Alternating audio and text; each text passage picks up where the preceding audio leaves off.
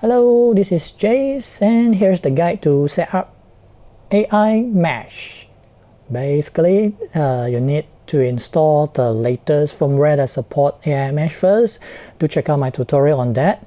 So this is AC68U. So I would like to install the one as a AiMesh node. So just click on it. Yep, we want to set the one as a node.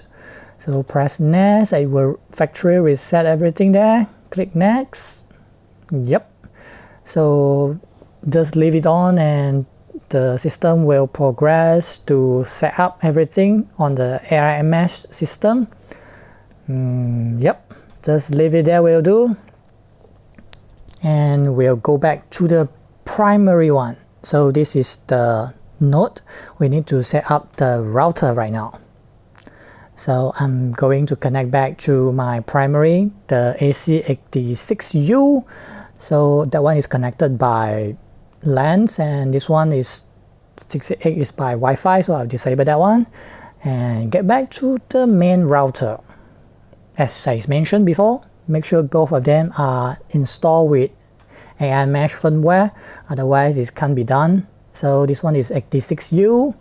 Sign in, go to the main interface. Yep. You have AiMesh node over there, 0, and then click on search and find all the AiMesh that near you. Yep, detected, as you can see, RT-AC68U. So this is the one that will become our AiMesh node. Click on it. Yep. I want to attach that one and apply, and then leave it run for a few minutes to set up everything. I will skip it up, speed up the video as usual. Okay, done. Everything is very good right now. So if you want to have the best performance between this system, so make sure you connect the wired LAN cable from the LAN port to the WAN port on the node. The main router is the LAN and the WAN is on the node. Otherwise, it's using the wireless connection just like the repeater.